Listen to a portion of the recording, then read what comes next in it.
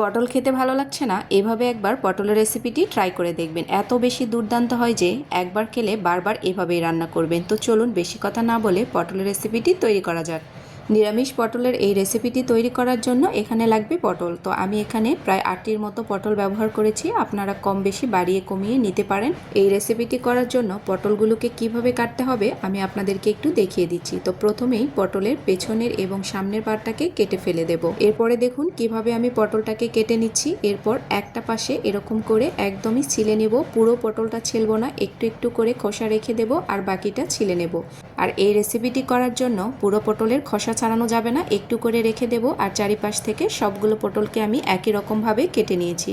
এরপর তৈরি করে নেব পটলের জন্য একটি স্পেশাল মশলা। এর জন্যই কিন্তু পটলের রেসিপিটি দুর্দান্ত হবে। তো এখানে কয়েকটি কাজু বাদাম, 4 টেবিল চামচের মতো পেঁয়াজ বেরেস্তা, সাথে নিয়ে নিচ্ছি 2 টেবিল চামচ পরিমাণ টক দই।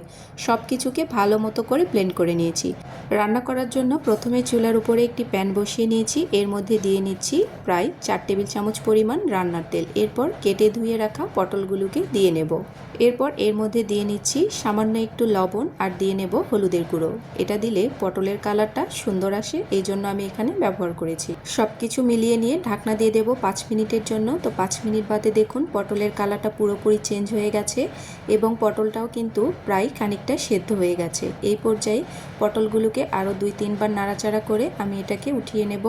যেই তেলে পটলগুলো ভেজেছিলাম এই তেলের মধ্যে দিয়ে নিচ্ছি 4 টেবিল চামচের মতো পেঁয়াজ কুচি, একটি তেজপাতা আর 2টো সাদা এলাচ। পেঁয়াজটাকে 2 থেকে 3 মিনিটের মতো রান্না করে নেব।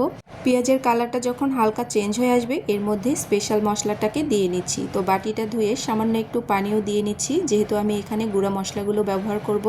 তো প্রথমে দিয়ে নিচ্ছি স্বাদমতো লবণ, হলুদের গুঁড়ো, লাল মরিচের গুঁড়ো একটু বেশি করে নিয়েছি আর নিয়ে নেব 1 চিমটির মতো গরম মশলার গুঁড়ো। ধনে গুঁড়ো আপনারা চাইলে ব্যবহার করতে পারেন অথবা স্কিপও করতে পারেন, তবে গরম মশলার গুঁড়োটা অবশ্যই ব্যবহার করবেন। এরপর দিয়ে নিচ্ছি 1 টেবিল চামচের মতো আদা রসুন বাটা। তো সব কিছু দিয়ে নিয়েছি, এখন মশলাটাকে কষিয়ে নেওয়ার পালা।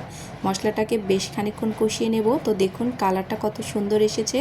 এই পর্যায়ে ভেজে রাখা পটলগুলোকে দিয়ে নিতে হবে। যেহেতু পটলগুলো আগে থেকে 80%-এর মতো সেদ্ধ করা ছিল, সেজন্য এগুলো সেদ্ধ করতে খুব একটা বেশি সময় লাগবে না। মশলার সাথে পটলগুলোকে বেশ খানিকক্ষণ কষিয়ে নিয়েছি। এরপর গ্রেভির জন্য দিয়ে নিচ্ছি প্রায় 1.5 কাপের মতো পানি। এরপর ঢাকনা দিয়ে এটাকে 10 মিনিট রান্না করে নেব। তো দেখুন 10 মিনিট বাদেই ফিরে এসেছি। পটলের নিরামিষ রেসিপি একদম রেডি।